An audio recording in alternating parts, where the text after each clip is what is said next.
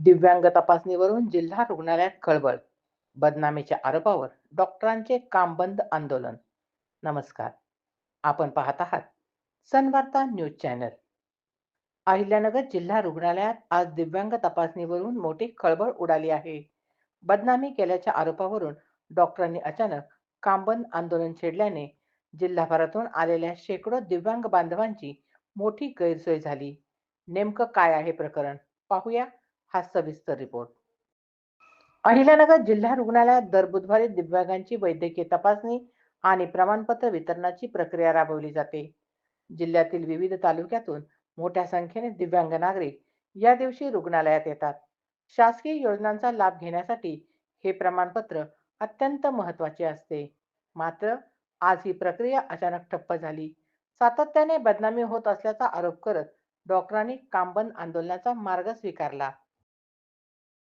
Doctor Sandeep कोकरे म्हणाले, गेल्या वर्षभरापासून एका सामाजिक संघटनेकडून आमची सातत्याने बदनामी केली जात आहे. आम्ही प्रामाणिकपणे सेवा देत असताना आमचे मानसिक खच्चीकरण केले जात आहे. विनाकारण आरोप थांबवावेत यासाठी आम्ही आंदोलन करत आहोत. गरज पडल्यास सामूहिक राजीनाम्यासही तयार आहोत. तपासणी बंद झाल्यामुळे जिल्हाभरातून आलेल्या दिव्यांग बांधवांमध्ये संभ्रमाचे वातावरण निर्माण झाले. अनेकांना दिवसभर प्रतीक्षा करूनही तपासणी न झाल्याने निराश होऊन परत जावे लागले. आम्ही दूरवरून आलो आहोत. प्रवास खर्च आणि सोबत माणूस आणावा लागतो. आता पुन्हा येणे कठीण आहे. प्रकरणाची दखल घेत प्रहार दिव्यांग संघटनेचे जिल्हाध्यक्ष ॲडव्होकेट लक्ष्मणराव पोकळे यांनी रुग्णालयात भेट देत डॉक्टरांशी चर्चा केली. चर्चेनंतर 100% दिव्यांग असलेल्या व्यक्तींची तपासणी सुरू करण्यात आली. मात्र इतरांची तपासणी न झाल्याने असंतोष कायम आहे. ॲडव्होकेट लक्ष्मणराव पोकळे म्हणाले, जिल्हाधिकारी आणि जिल्हा शल्य चिकित्सकांशी चर्चा करून लवकरात लवकर तोडगा काढला जाईल. दिव्यांगांची गैरसोय होऊ नये ही आमची भूमिका आहे. दरम्यान या प्रकरणामुळे प्रशासनातही हालचाल सुरू झाली आहे. तपासणी प्रक्रिया सुरळीत करण्यासाठी तातडीने हस्तक्षेप करण्याची मागणी विविध स्तरांतून होत आहे. दिव्यांग बांधवांच्या हक्कांशी संबंधित असलेली ही महत्त्वाची प्रक्रिया ठप्प झाल्याने प्रशासनासमोर मोठे आव्हान उभे राहिले आहे. आता या वादावर तोडगा कधी निघतो याकडे सर्वांचे लक्ष लागले आहे. प्रमुख कारण असं होतं की आम्ही दर बुधवारी जेवढे शेकडो हजारो जेवढे काही दिव्यांग रुग्ण येतात शेवटच्या रुग्णापर्यंत आम्ही रेग्युलर तपासणी करतो. परंतु गेल्या वर्षापासून आमची जी वृत्तपत्रामध्ये जी बदनामी होती ठराविक एका सामाजिक संघटनेकडून ती थांबतच नाही. मग आज समाजामध्ये असं आमचं एक चित्र उभं केलं गेलेलं आहे की आम्ही काहीतरी चुकीचं करतो किंवा आम्ही भ्रष्ट आहोत किंवा आम्ही चुकीचे निर्णय घेतो किंवा आम्ही अकार्यक्षम आहोत. अशा प्रकारे जर आमचं सारखं मानसिक खच्चीकरण व्हायला लागलं तर काम करण्याची उमेद कुठून येणार.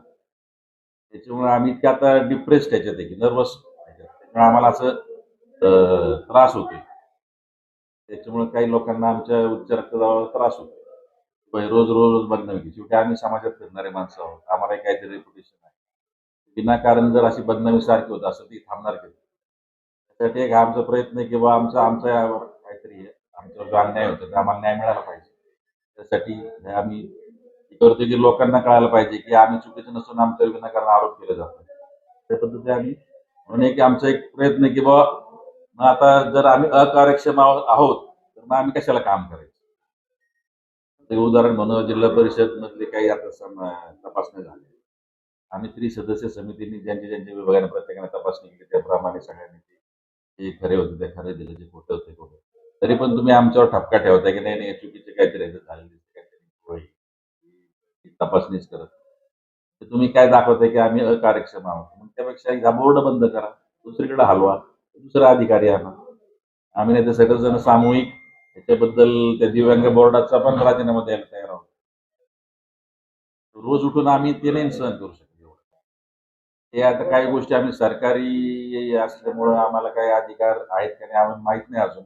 पण आम्ही आमचा प्रयत्न आमचे जे वरिष्ठ आहेत त्यांना आम्ही कळवण्याचा प्रयत्न केला. आमचा जो मानस आहे हेतू आहे किंवा आम्ही चांगलं काम करतोय त्याप्रमाणे आम्ही निवेदन दिलंय की आमचं असं असं होतंय मानसिक